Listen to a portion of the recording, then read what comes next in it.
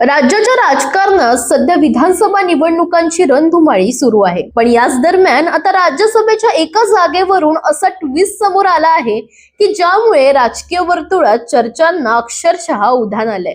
कारण अचानक एक नाव चर्चेत आलंय आणि ते नाव आहे नवनीत राणा यांचं।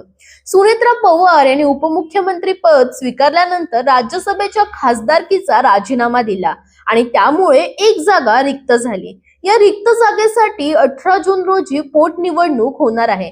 पण निवडणूक जाहीर होताच पडद्यामागे राजकीय हालचालींना वेग आला आणि त्यातूनच नवनीत राणा यांच्या नावाची चर्चा सुरू झाली। या चर्चांना आणखीन हवा मिळाली ती त्यांच्या भेटीगाठींमुळे।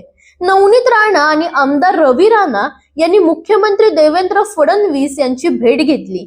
त्यानंतर त्यांनी सुनेत्रा पवार आणि पार्थ पवार यांचीही भेट घेतल्याची माहिती समोर आली। एकाच वेळी महायुतीतील प्रमुख नेत्यांच्या भेटी घेतल्यामुळे राजकीय वर्तुळात अनेक तर्कवितर्क लढवले जाऊ लागले। चर्चा अशी सुरू झाली की राष्ट्रवादी काँग्रेसच्या कोट्यातील राज्यसभेच्या जागेसाठी नवनीत राणा यांचं नाव पुढे केलं जात आहे।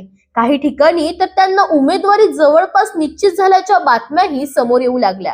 पण यानंतर कथेत आला आणखीन एक मोठा ट्विस्ट। राष्ट्रवादी काँग्रेसच्या सूत्रांनी स्पष्ट केलं की नवनीत राणा यांना राज्यसभेवर पाठवण्याबाबत पक्षात कोणतीही अधिकृत चर्चा झालेली नाही।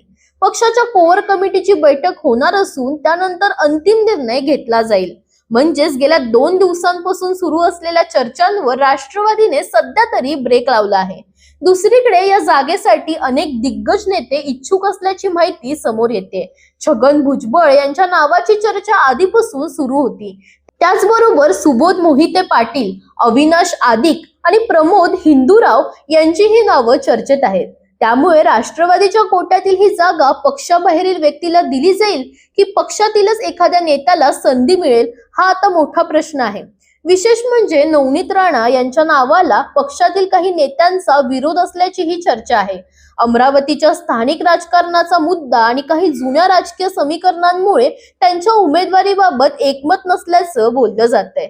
मात्र या सगळ्या घडामोडींमध्ये एक गोष्ट स्पष्ट आहे, नवनीत राणा यांच्या भेटीगाठींनी राज्यसभेच्या या एका जागेला राज्यातील सर्वच चर्चेचा राजकीय विषय बनवला आहे। आता राष्ट्रवादी काँग्रेसची कोअर कमिटी नेमका कोणता निर्णय घेते? नवनीत राणा यांना खरंच राज्यसभेची लॉटरी लागते का, की पक्षातीलच एखादा दिग्गज नेता दिल्लीचा मार्ग पकडतो? याकडे संपूर्ण महाराष्ट्राचं लक्ष लागलंय। दरम्यान तुमच्या मते राज्यसभेसाठी सर्वात योग्य उमेदवार कोण? नवनीत राणा, छगन भुजबळ की आणखीन कोणी? तुमचं मत आम्हाला कॉमेंटमध्ये नक्की सांगा आणि अशाच मोठ्या अपडेट्ससाठी इंडिया लीडरला फॉलो करायला विसरू नका।